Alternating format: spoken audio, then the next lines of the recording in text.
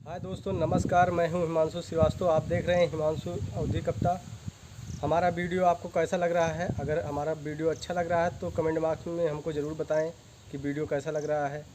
हमारे चैनल को सब्सक्राइब करिए, लाइक करिए और शेयर करिए। तो आज का टॉपिक है नोखई के लड़का के शादी। तो चलिए हम इस कविता को शुरुआत करते हैं। नोखई अपने लड़का के शादी देख दाख के आयन है। नोखई अपने लड़का के शादी देख दाख के आयन है। दिन रखे के बारी आए तो नवंबर में रखवाएं।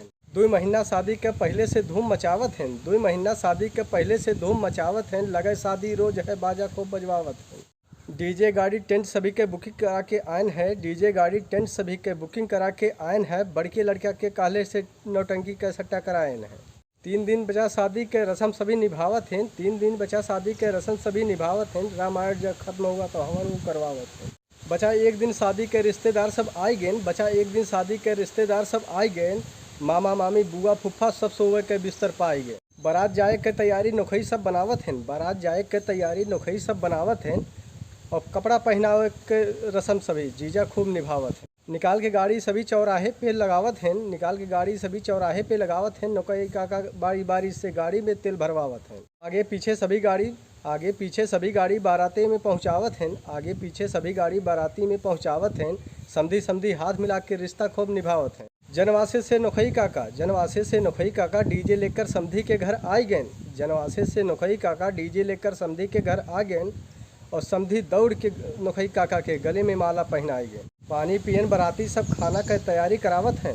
पानी पियन बराती सब खाना का तैयारी करावत हैं। और लड़की और लड़का के दोनों के लड़के जयमाल पे वो आवत हैं। रात भर शादी भैल खिचड़ी पे दुल्हा अड़ल रहा है। रात भर शादी भैल खिचड़ी पे दुल्हा अड़ल रहा है। और हमका चाही गाड़ी और सास के पीछे पड़ल रहा है। सास समझावे पहली विदाई में हमरे घरे जब अइबा। सास समझावे पहली विदाई में हमरे घरे जब अइबा। बिना मांगे तू यहाँ से गाड़ी अपने घर ले जाई। दोस्तों कमेंट करके हमको ज़रूर बताएं कि हमारा वीडियो कैसा लगा आपको। अगर अच्छा लगा हो तो लाइक करिए, शेयर करिए, सब्सक्राइब करिए।